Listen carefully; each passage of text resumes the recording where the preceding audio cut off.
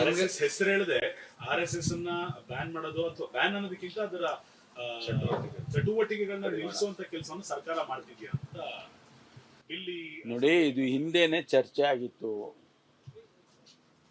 ಅನೇಕರು ಸರ್ಕಾರಿ ಮೈದಾನಗಳು ಯಾವ ಯಾವ ಉದ್ದೇಶಕ್ಕೆ ಬಳಸೋದಕ್ಕೆ ಪ್ರಾರಂಭ ಮಾಡ್ತಾ ಇದ್ರು. ಹಿಂದೆ ಎಲ್ಲ ಬಹಳಷ್ಟು ಮಿಸ್ಯೂಸ್ ಆಗಿದೆ.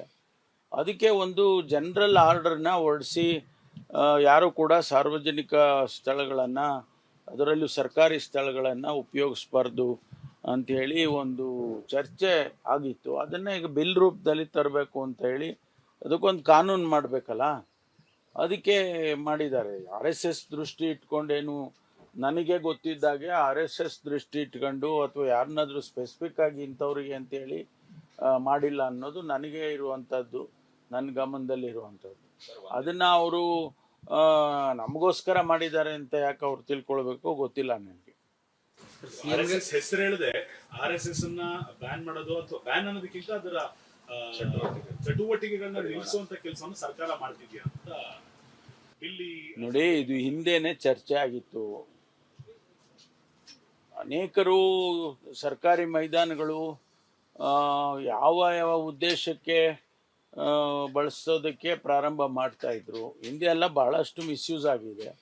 ಅದಕ್ಕೆ ಒಂದು ಜನರಲ್ ಆರ್ಡರ್ನ ಹೊರಡಿಸಿ ಯಾರು ಕೂಡ ಸಾರ್ವಜನಿಕ ಸ್ಥಳಗಳನ್ನು, ಅದರಲ್ಲೂ ಸರ್ಕಾರಿ ಸ್ಥಳಗಳನ್ನು ಉಪಯೋಗಿಸ್ಬಾರ್ದು ಅಂಥೇಳಿ ಒಂದು ಚರ್ಚೆ ಆಗಿತ್ತು. ಅದನ್ನು ಈಗ ಬಿಲ್ ರೂಪದಲ್ಲಿ ತರಬೇಕು ಅಂತ ಹೇಳಿ ಅದಕ್ಕೊಂದು ಕಾನೂನು ಮಾಡಬೇಕಲ್ಲ, ಅದಕ್ಕೆ ಮಾಡಿದ್ದಾರೆ. ಆರ್ ಎಸ್ ಎಸ್ ದೃಷ್ಟಿ ಇಟ್ಕೊಂಡೇನು ನನಗೆ ಗೊತ್ತಿದ್ದಾಗೆ ಆರ್ ಎಸ್ ಎಸ್ ದೃಷ್ಟಿ ಇಟ್ಕೊಂಡು ಅಥವಾ ಯಾರನ್ನಾದ್ರೂ ಸ್ಪೆಸಿಫಿಕ್ ಆಗಿ ಇಂಥವ್ರಿಗೆ ಅಂತೇಳಿ ಮಾಡಿಲ್ಲ ಅನ್ನೋದು ನನಗೆ ಇರುವಂಥದ್ದು, ನನ್ನ ಗಮನದಲ್ಲಿರುವಂಥದ್ದು.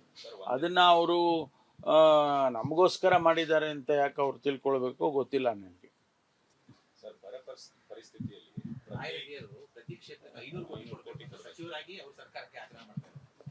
ಪ್ರತಿ ಕ್ಷೇತ್ರ ಕೊಡಬೇಕಂತ ಅಲ್ಲ, ಅವರು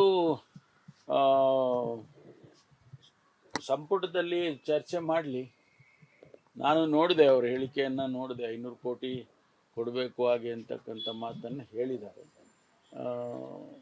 ನಾವು ಚರ್ಚೆ ಮಾಡ್ತೀವಿ. ಈಗಿನ ಹಣಕಾಸಿನ ಪರಿಸ್ಥಿತಿ ಸಾಧ್ಯ ಇದೆಯಾ ಸರ್ 500 ಕೋಟಿ ಕೊಡಬೇಕು? ಅಲ್ಲ, 500 ಕೋಟಿನೂ ಕೊಟ್ಟಿದ್ದಾರೆ, 1000 ಕೋಟಿನೂ ಕೊಟ್ಟಿದ್ದಾರೆ. ಅದು ಯಾವ ಕಾರಣಕ್ಕೆ?